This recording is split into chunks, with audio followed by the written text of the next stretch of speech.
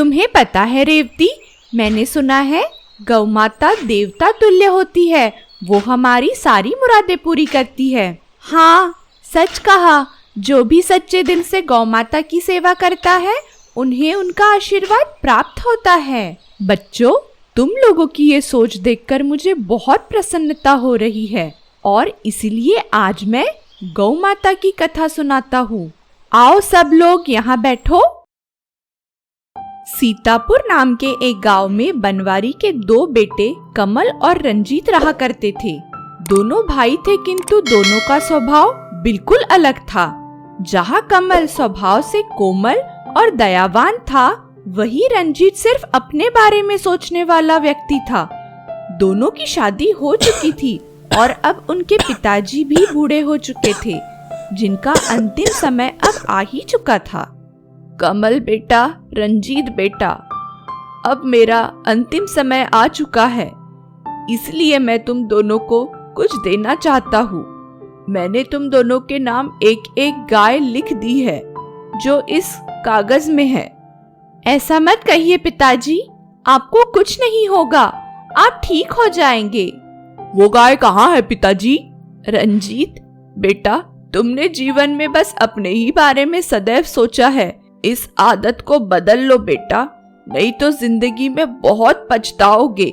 रंजीत और कमल के पिताजी इतना कहते ही शांत हो जाते हैं।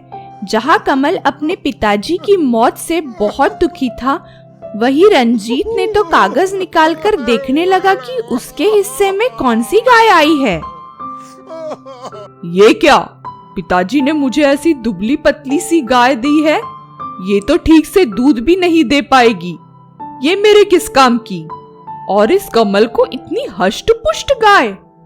मैं एक काम करता हूँ, इस कागज को ही बदल देता हूँ। कमल को इस बात का पता लग चुका था, किंतु उसने अपने भाई से कुछ नहीं कहा और उस गाय को स्वीकार कर लिया।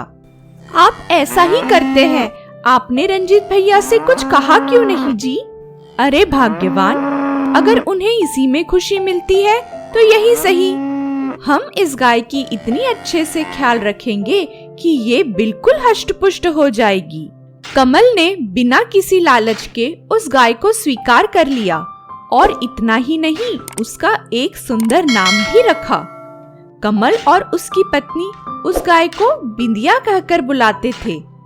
वो दोनों उसे बड़े प्यार से नहलाते, उसे चारा खिलाते और हरे भरे खेतों में घुमाने भी ले जाते और उससे बातें किया करते थे, जिससे वो गाय एकदम तंदुरुस्त और बहुत ही सुंदर दिखने लगी थी।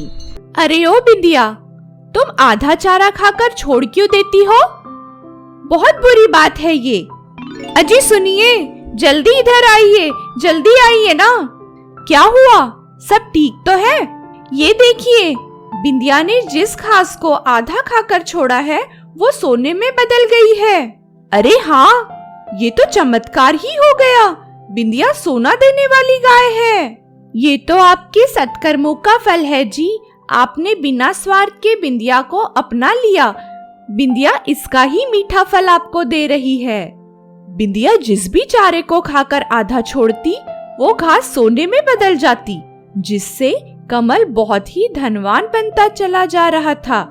उसने कई सारे खेत, गोदाम और एक बड़ा सा घर भी खरीद लिया था और तो और बिंदिया के लिए एक सुंदर सा गौशाला भी बनवाई थी। ये आपने क्या कर दिया जी? हमारे तो भाग्य ही फूट गए। ये गाय तो हमारे हिस्से में आई थी और आपने उन्हें दे दी। हाँ, और अब देखो वो कितना अमीर बन गया है। मुझे कुछ तो करना ही होगा। पर आप अब क्या करेंगे? आपने तो खुद ही उस गाय को उसे दे दिया था। कुछ ना कुछ तो करना ही होगा। अब मैं वो गाय वापस लाऊंगा, किसी भी कीमत पे। रंजीत के मन में लालच था। अब उसे अपना स्वार्थ दिखने लगा था। उसने सोचा वो कमल के घर से वो गाय चोरी कर लाएगा और खुद अमीर बन जाएगा। उस रात जब कमल और उसकी पत्नी सो रहे थे, उसने चोरी से बिंदिया को अपने घर ले आया। देखा भाग्यवान, मैंने कैसे इस गाय को यहाँ ले आया। अब देखना इसका कमाल। ये ले गाय, खा चारा और बना दे इसे सोने का। रंजीत अपनी लालच में आकर गाय को चारा खिलाने लगा, पर अजीब बात यह थी कि बिंदिया कुछ भी चारा नहीं छोड़ रही थी और ना ही चारा सोने का बन रहा था। पूरी रात उसे रंजीत घास देता रहा, पर घास सोने में नहीं बदला। रंजीत को इस बात का बहुत गुस्सा आने लगा और मैं तुझे यहाँ सोना देने लाया था और तू घास पे घास खा रही है। घास तो छोड़ो, मेरे घर का अनाज भी पूरा खा गई तू। अब तू ऐसे नहीं मानेगी, अब मुझे डंडे से ही समझाना पड़ेगा तुझे। रंजीत बिंदिया को डंडे से पीटने लगा। बिंदिया रंभाते हुए रोने लगी और उसकी आवाज सुनकर उसे ढूंढ रहे कमल और उसकी पत्नी वहां आ जाते हैं। भैया, ये आप क्या कर रहे हैं? एक बेजुबान जानवर को मारना पाप है भैया।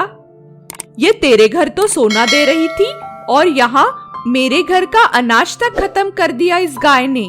भैया, आप लालच में यह भूल गए हैं कि शास्त्रों में गौ को हमारी माता समझा गया है। उनकी सेवा करने से, प्रेम करने से उनका आशीर्वाद मिलता है।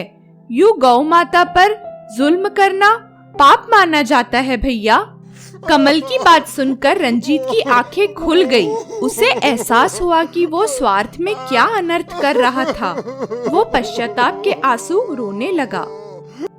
मुझे माफ कर दीजिएगा गौ माता। हे ईश्वर, मैं एक बेजुबान जानवर के साथ ऐसे कैसे कर सकता हूँ? मुझसे बहुत बड़ा पाप हो गया। मुझे माफ कर दो, माफ कर दो। भगवान, मुझे माफ कर दो। हे गौ माता, मुझे क्षमा कर दीजिए।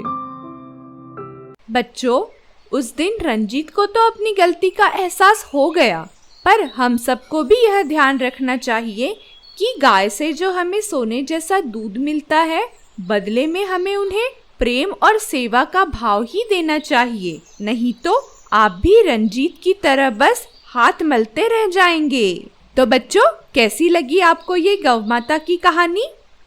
बहुत अच्छी गुरुजी, हम सब इस बात का ध्यान रखेंगे गुरुजी। शाबाश बच्चों, शाबाश।